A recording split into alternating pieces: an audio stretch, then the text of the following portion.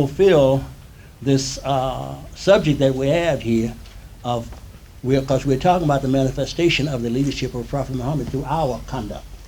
And in order for us to do that, we need to improve as much as possible on our ability to approach the revelation that came to Prophet Muhammad and get a better understanding of it from the perspective of the Quran itself. Now, one of the things is, this first one, this is easy to get off. One of the things is to have the right attitude. And I'm sure that most of us have the right attitude, but sometimes our attitude can be inflicted by lack of knowledge. So I want to share with you something that is requisite in the reading of the Quran, and you might know it and may have heard it and forgotten about it, but it is a part of the Quran, and that is sujood, making sajda. Okay, it is just so much a part of reading the Quran as making sajda is in prayer. In other words, when making sajda in prayer, if you say, "Oh, I can't do that," I mean, if you not, of course, if you physically cannot, that's a different thing, but you have the mind to. But if you say, because that will be embarrassing for me to put my pretty face down there on the ground, then you don't have the right attitude and you won't be able to get the blessing. So there are 15 places in the Quran. If you got a pencil or paper or something, and if you don't get it now, you can always get it from me later, but I'm going to give it to you now. There are 15 places in the Quran where we make sajda.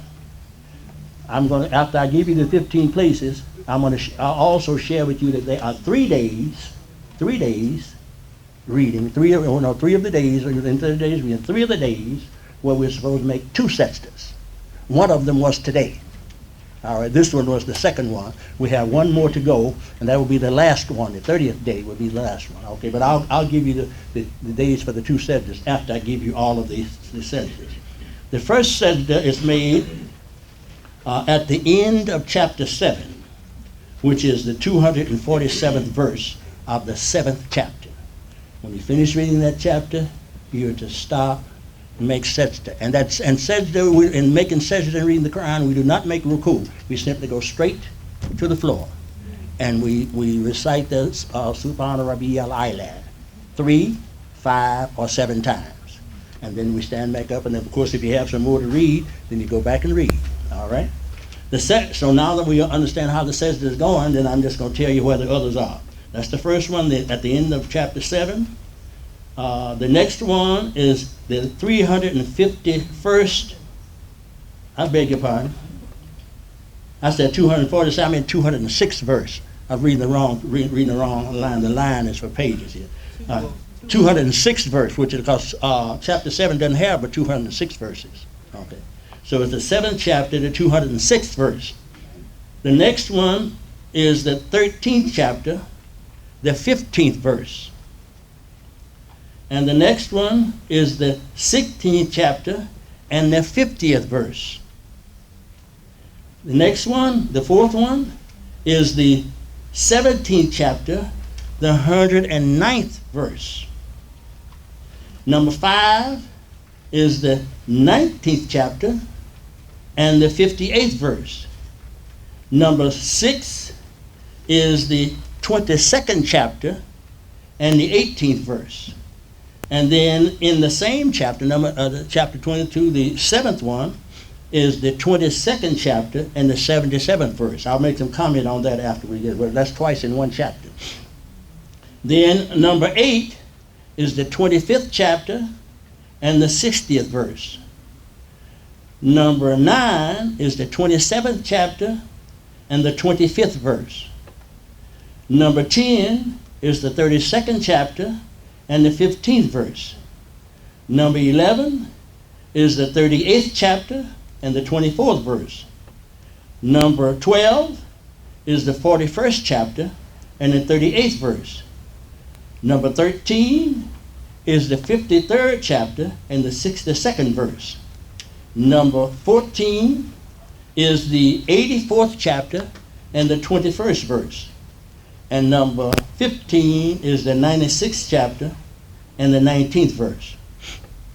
Now, I mentioned two in Surah Al-Hajj, the 22nd chapter.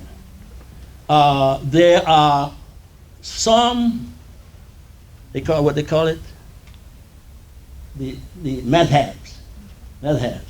So they translate the school of thoughts. I'm going to translate madhabs for you after I give you this. But they call it school of thought. It ain't no school. It's bye-bye. It is. Zahaba means to bid farewell. You're gone. That's what zahaba means. And madhab means the place where you live. Just like masjid is the place where you make sajda. Madhab is the place where you took off. That's right, going the wrong direction. That's right. It's just that simple. That's right, in their own direction. That's right, in their own direction. That's right. Okay. Yes. So don't be, I can give you a good response when people come to you and say, well, what's your madhab? Say, what was Prophet Muhammad's madhab? They're gone. They won't bother you anymore. They won't bother you anymore. So I'm the same school of thought, Prophet Muhammad. What was the name of his madhab? Produce that for me. Okay. But there are some who do not accept that 77th verse. They don't make sense to that. But in every Quran I have seen, I brought one of mine with me. Every Quran I've seen, even though one of the Qurans I have that gives it, I actually copied the sajdas out of there. They didn't list it, but they show it in the book, in the Quran. Because there are places where you look for sajda in the Quran. The symbol, got a little symbol, that's right, all right. And then in some Qurans they actually have the word there, sajda, all right. But some have a symbol, and some will have the word. This one has the word in the right-hand column as well as over the last word that you read. This one that I have, this is tajweed. It has tajweed markers in it, color tajweed. But it has sajda written in the right-hand column of the page, and then it also, over whatever the word is, the last word that you're supposed to make sajda. And so I just brought it in case somebody wants to see it. Okay, so now I was going to tell you the days that we make the two sajdas in one day. The first one was at the 22nd chapter. In the 22nd chapter, we make it twice in that which you read in both of those, the whole chapter that day, and we make sajda the 18th verse and the 77th verse. Then the next one is on the 19th day. On the 19th day, which was today.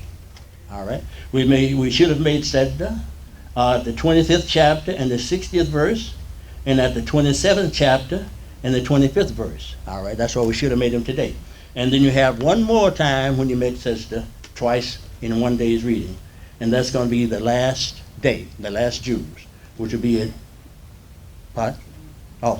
which will be the 84th chapter and the 21st verse, and then the 96th chapter, which is that's what contains the first 5 verses that were revealed. Some more verses are added to it, but the first 5 verses were the first revelation.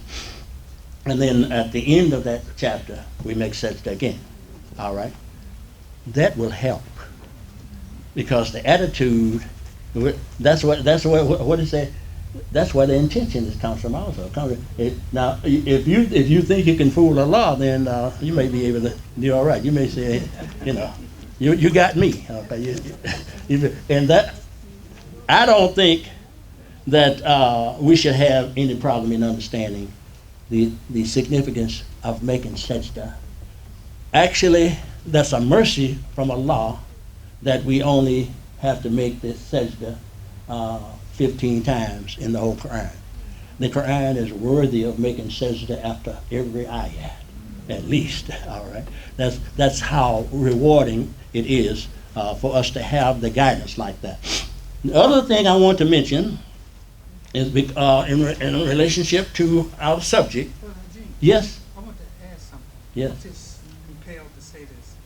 Imam Muhammad, I remember him when we were doing the collective buying program, and something big would happen. He would say, "I make sajda." Yeah.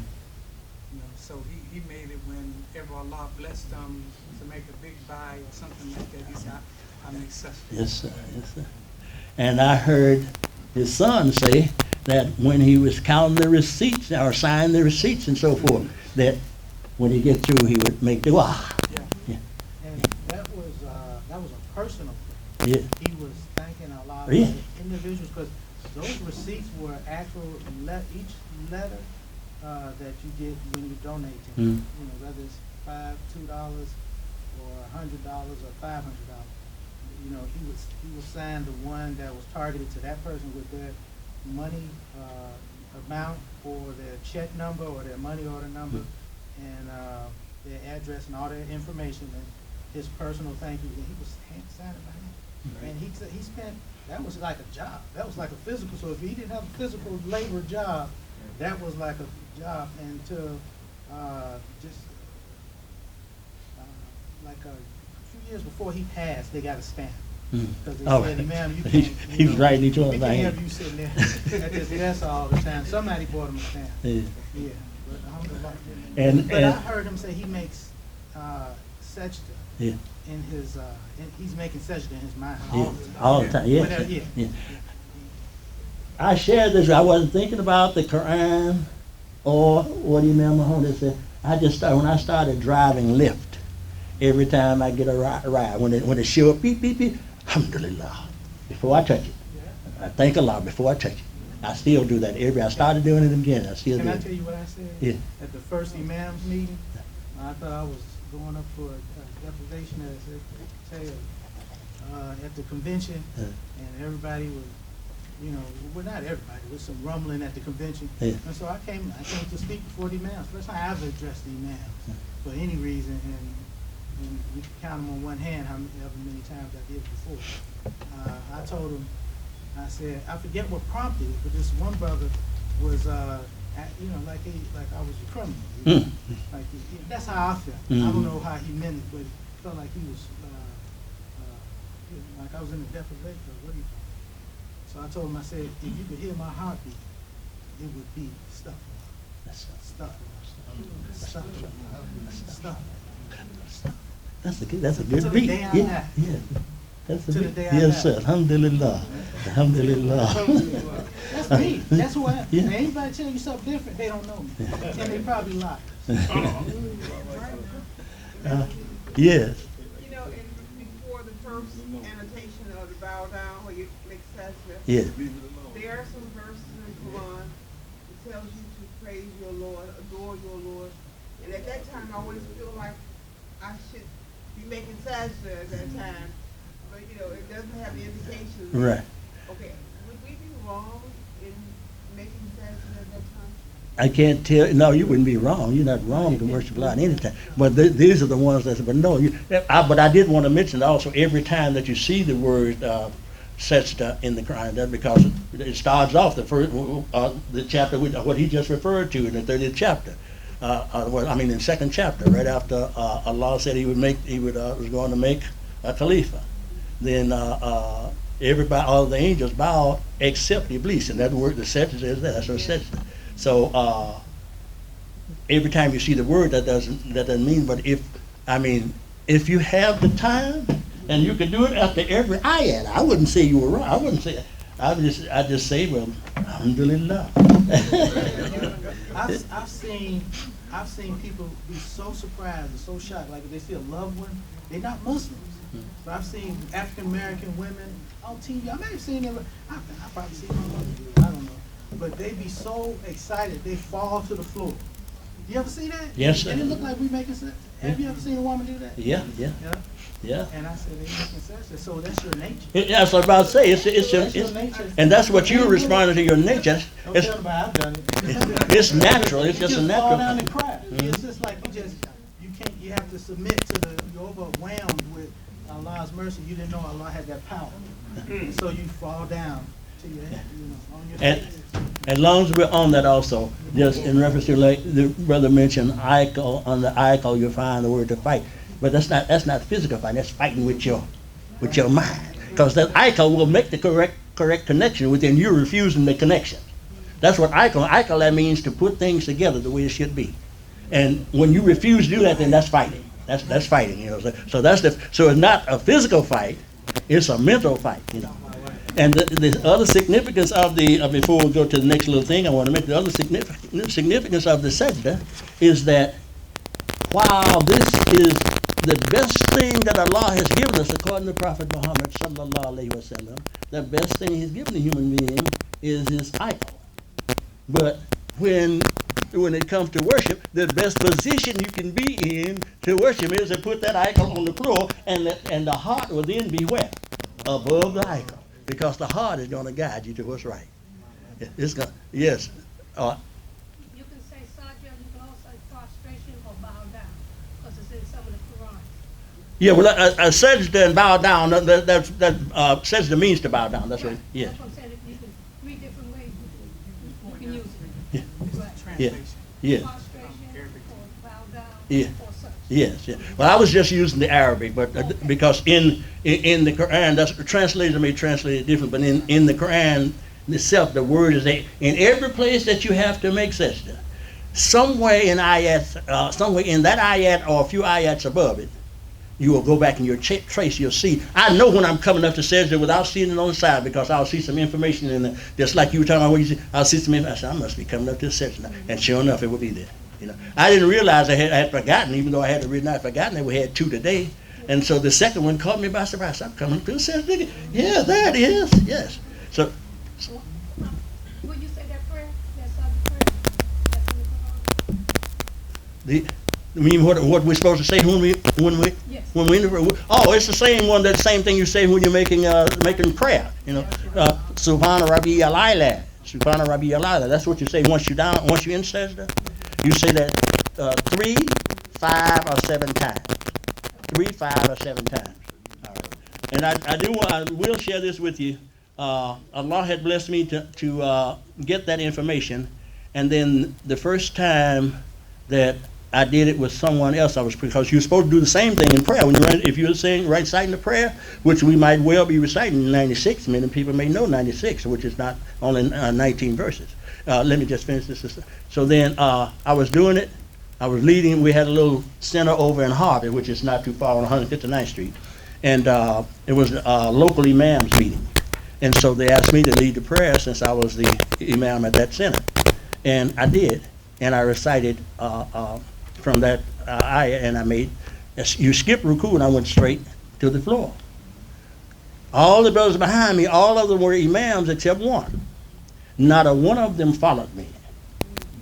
They stood there. One brother said, Subhanallah, and the others just looked at me. And then, of course, I came back up, and then I recited Qada, which you don't have to recite some more. You can just come back up and then make ruku, and then just like you ordinarily. But I usually recite something else after. So I recited Qada, and then I made ruku. And they didn't say anything about it to me. But some of you may remember Brother John Ramadan. He was the only one that was not, quote unquote, imam. And he went to Imam Muhammad and asked him. He had the presence of mind, and the next meeting he came back. He said, Imam said that's right. You know. Now the brothers were wrong, even if they didn't know about sajda. When you make your intention, listen to this. Listen, when you make your intentions to make your prayer, and you're in a group and somebody's leading the prayer, you don't only make your intention to say prayer, but you say you're going to be following him. So if he don't start doing cartwheels or something real crazy, then you're supposed to follow him, even if you don't know what he's doing. All right, and only correct him if he makes a mistake in the Quranic Arabic, in the recitation itself. But because you made your intention. So long as I'm saying this, because some brothers lead the prayer a little different. So some when they come up from ruku, they just go back and make sajda. Others when they come up from ruku and they get ready to make sajda, they raise their hands again. Others just say Allahu Akbar. If I'm where I can see the brother leading the prayer, I always raise my hands again. Allahu Akbar, and make sajda. But if I'm where I can see the brother and he doesn't raise his hands to make it, I don't either, because I said I'm following him. So I don't say, he don't know what he's doing. No, I made my intentions to follow Imam so-and-so. In my intentions to face him the Kaaba, I intend to follow. And so whatever he's doing, if he does, some brothers only raise their hand I haven't seen anybody do this in a long time, just raise their hand to start, and after that they never raise their hands anymore. If that's what they do, and I say I'll follow them. Because if you annul your intentions, then you annul your prayer. You say,